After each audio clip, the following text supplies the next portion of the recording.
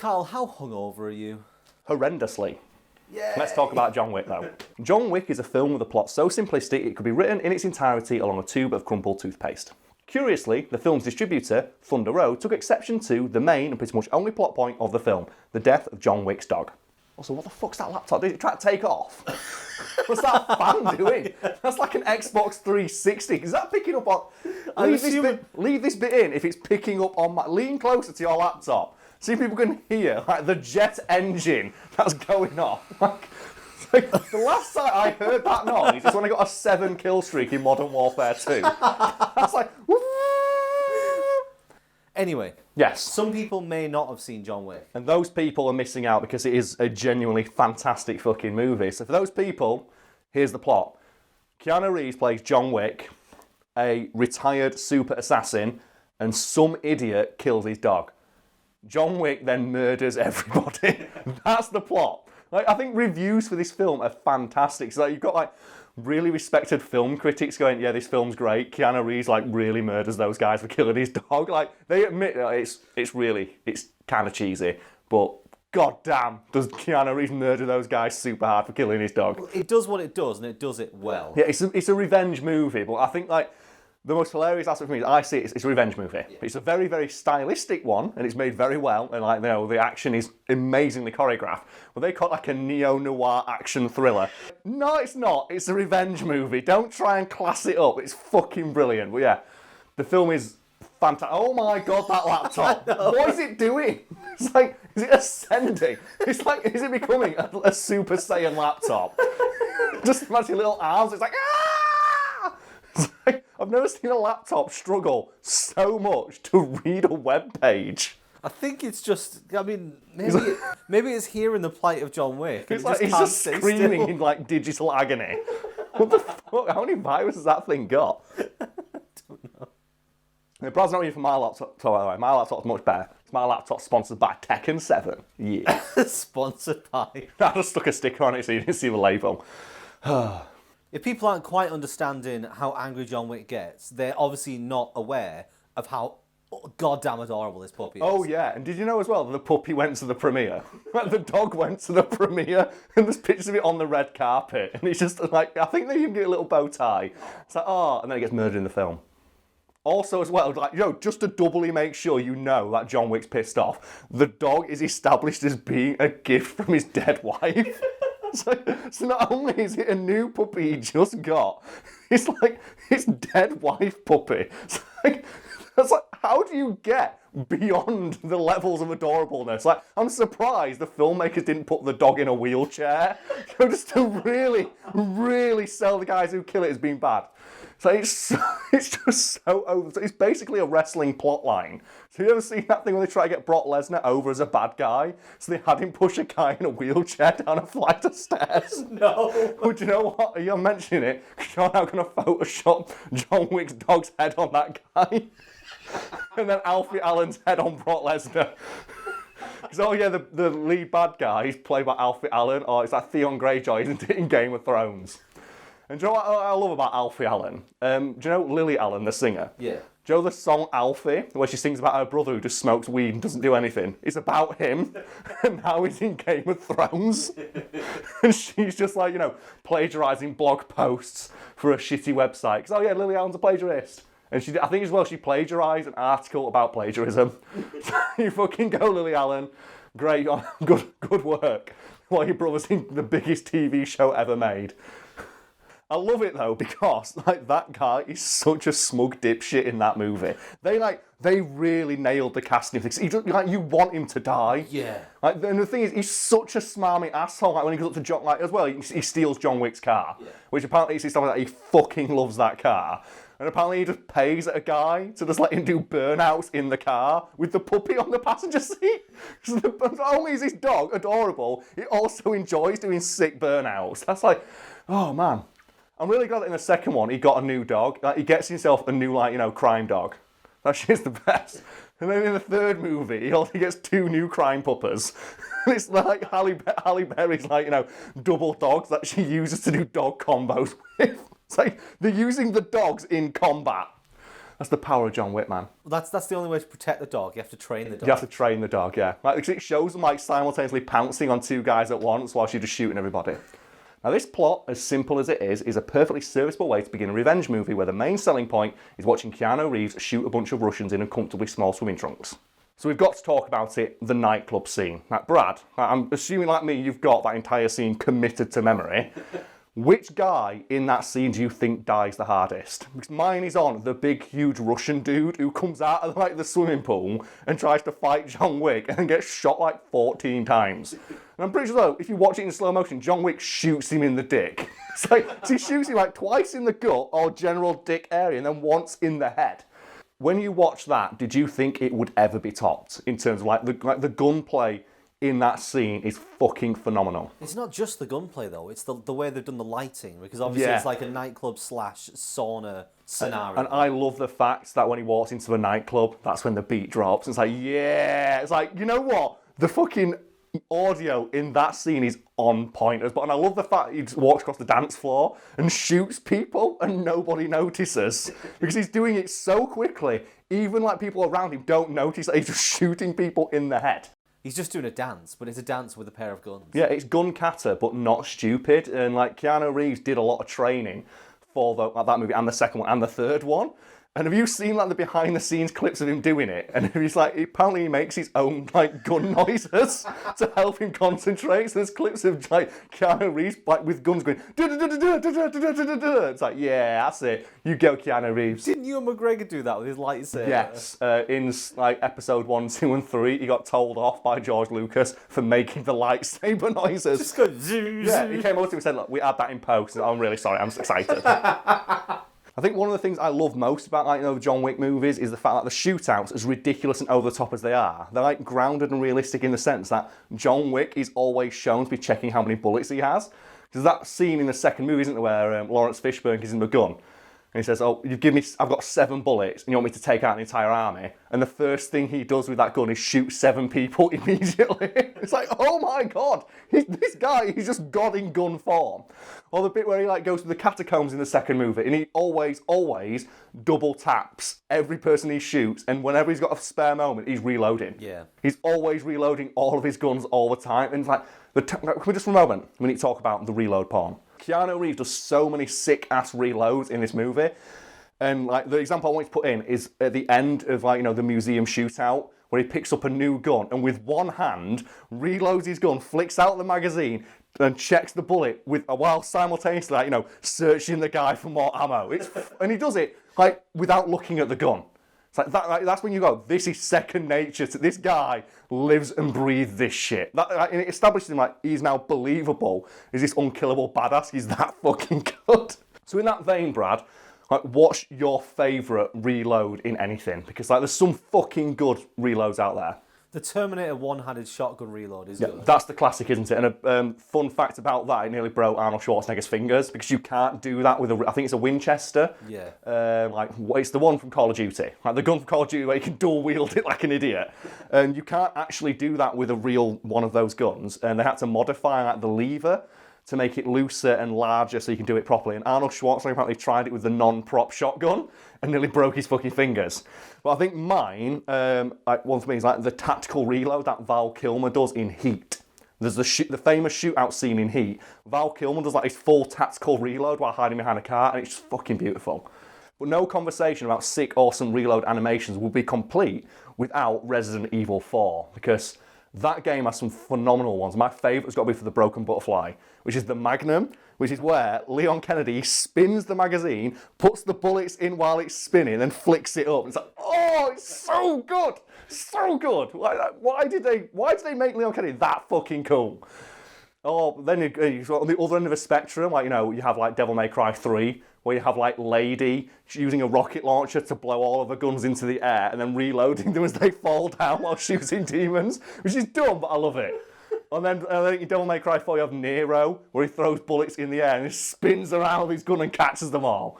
So that's dumb, but I love it. Let's get this back onto the topic of John Wick. Brad, what's your favourite moment from those movies that establishes why like, John Wick has this mythical, fabled reputation as a god-tier mega assassin. Well, the people keep bringing up the fact that he killed someone with a pencil. A fucking pencil. Because it's the thing that when they say it, it's like one of the stupidest things you can think of. That you killed someone. I once saw him kill a guy with a pencil. Then he actually does it in the same. And you think to yourself, I am never looking at any writing utensil the same way ever again. I think after Holy Dark shit. Knight, I think we were all like that anyway. The Joker did it.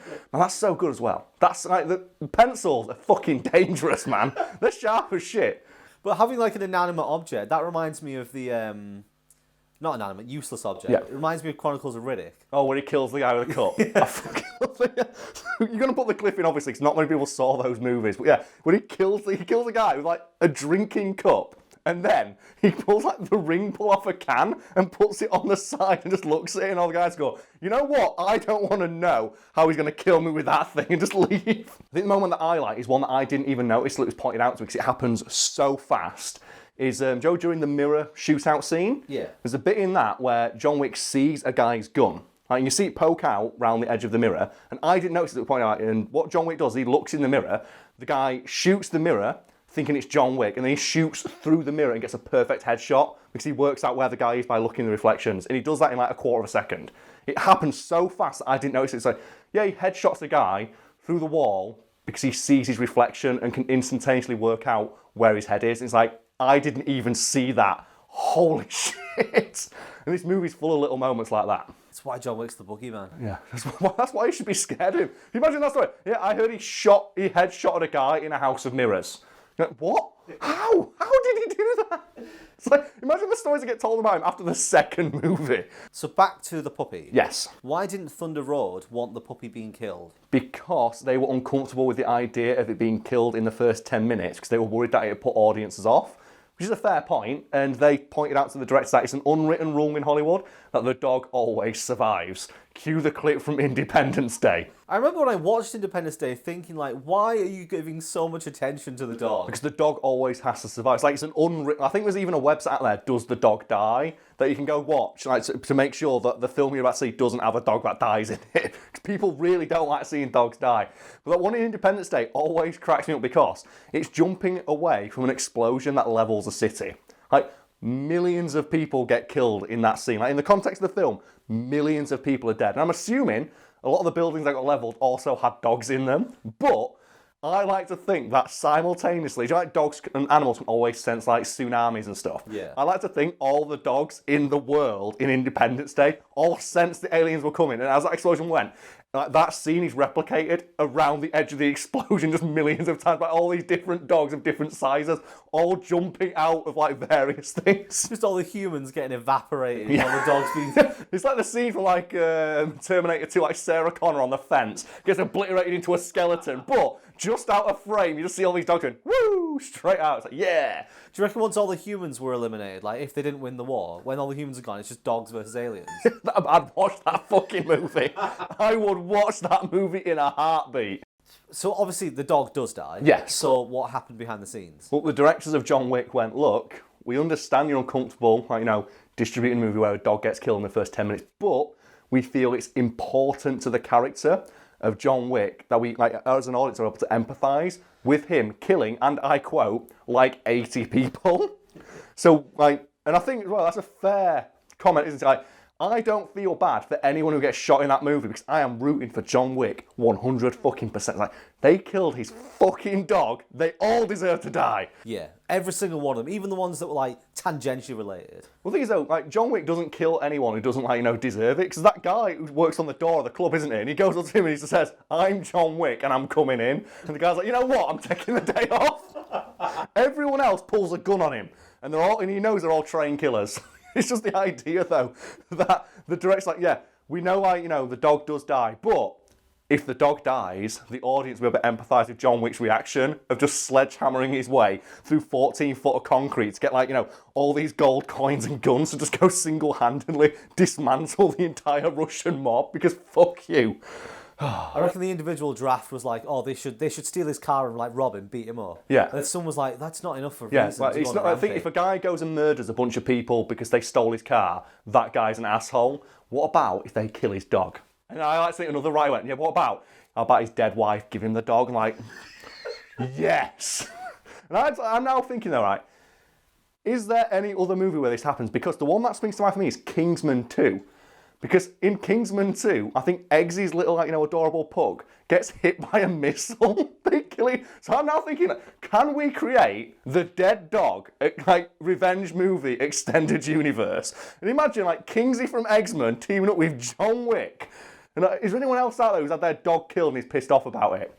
Because we could create, the pantheon of the ultimate action superheroes here. They just create a unit that goes around killing people who abuse dogs. Yes. And I would watch that movie because that sounds fucking baller. So me and Brad just talked for 10 minutes and we can't think of any more movies where the main character is motivated by the death of their dog. But if you can think of one, let us know in the comments because holy shit, do I want to see a movie where it's just a bunch of guys killing people because they're annoyed that their dog was murdered. That sounds like the greatest team up in movie history. That sounds like a proper, noir... What's the phrase he used? Neo-noir action thriller. It's oh, come on.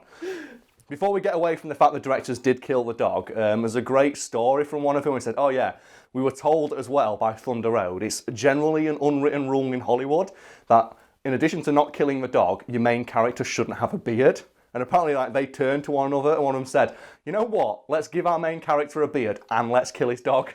It's oh. And as well as, I think, in a joking manner, when someone asked him, so why did you kill the dog in this movie in an interview? They go, well, we tried murdering his cat, but it didn't have the same effect. So to now think there's all unwritten, there's a lot of script changes that went through. They tried to figure out, first he owned a hamster, first he had a goldfish, and then he had a hamster, and then he had a cat, and then he had a snake or something, and then he had a dog. And went, dog, that's it, he's got a dog. You know the last two they had were he had a dog and he had a son. And they went, dogs got more impact. And the thing is, there are so many movies where the person, their family got killed. Yeah. It's we've made, there's 2 seasons of The Punisher based entirely around that. It's every, schlocky action revenge movie from the 80s is they killed my family. Because that's they all ripped off Death Wish. Yeah. Which is, I like the fact they put a twist in it, no, they killed his dog. And people are more emotionally resonate with the dog, because obviously the dog's adorable. And usually, child actors are terrible. You don't mind when they get shot. It's funny you mentioned The Punisher, though. There's a scene in The Punisher Series 2 where he goes full John Wick. That bit in the back street, where there's the 7 of us and there's one of you. And he shoots all of them in the head, apart from that one guy. And just leaves him alive. He does it within half a second. Yeah, I love all stuff like that.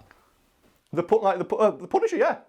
Because The Punisher has a dog in season 1. It doesn't come back. No, and that guy says, I'm going to kill your dog. And then he allows them to torture him to save the dog, and he shoots the guy with the shotgun. So we've got another one. We've got the Punisher. Just for a moment, imagine this scenario, Brad. Imagine that scene in John Wick where the mob boss calls a railer and he's like, I heard you struck my son. He's like, what did he do? He goes, well, he stole John Wick's car and shot his dog. And then he went round to the Punisher's house and killed his family and threatened to kill his dog. And then he shot a missile at a Kingsman's house. So now you've got a Kingsman, the Punisher, and John Wick coming to your house to kick your fucking ass. Also, as well, Denzel Washington from The Equalizer is also joining because he's he's bored. And you're like, oh, well, fuck me then, I'm dead.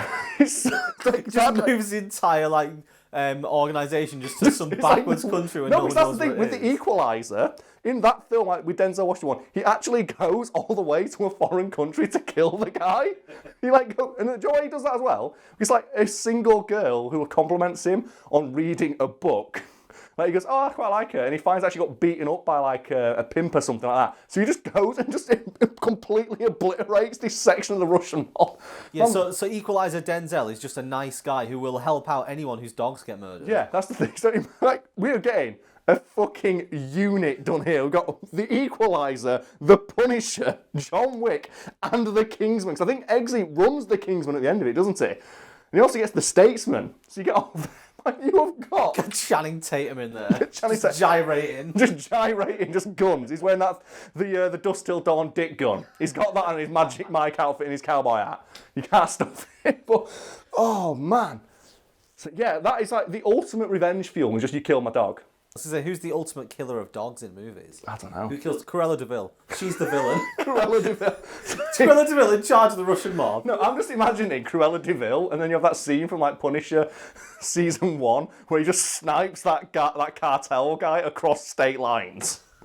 You just have her, she just sat in her house going, yeah, I killed all them dogs, I don't give a fuck. Just a bullet flies through her head and the Punisher's there. I'm just imagining Cruella de Vil now calling Aurelio and being like, what? Yeah, I accidentally made a coat out of John Wick's dog, and Eggsy's dog, and Punisher's dog, and somehow I pissed off the Equalizer at the same time. Is that you're on your own, Cruella? You know who else gets revenge for his animal? Who's that? The guy in Warrior King. With Storm's elephant, yeah. Get him in. Get him in as well. He's the ringer. He's the close combat specialist. He disappears and everyone's arms just break before they get headshots. We've got. This is the animal revenge combo team. They're just avenging the animal Avengers. I can see this as a Saturday morning cartoon. Cruella de Vil is like the big main villain. And then you've got all of these it needs to be a 4.5 hour long neo-noir action thriller starring them all. Ensemble cast: Tony Jaa, John Berenthal, They could be Denzel called. Washington. Are you ready for this? Go. Revengers Assemble. I like it. To get back to John Wick though, the directors evidently ignored this stark warning from Thunder Road and did kill John Wick's dog, reasoning that audiences would empathise with John Wick's reaction to seeing his beloved puppy get killed. And that reaction being to just go, shoot everyone. Just everywhere, man. A lot. The fucking laptop, that's so loud.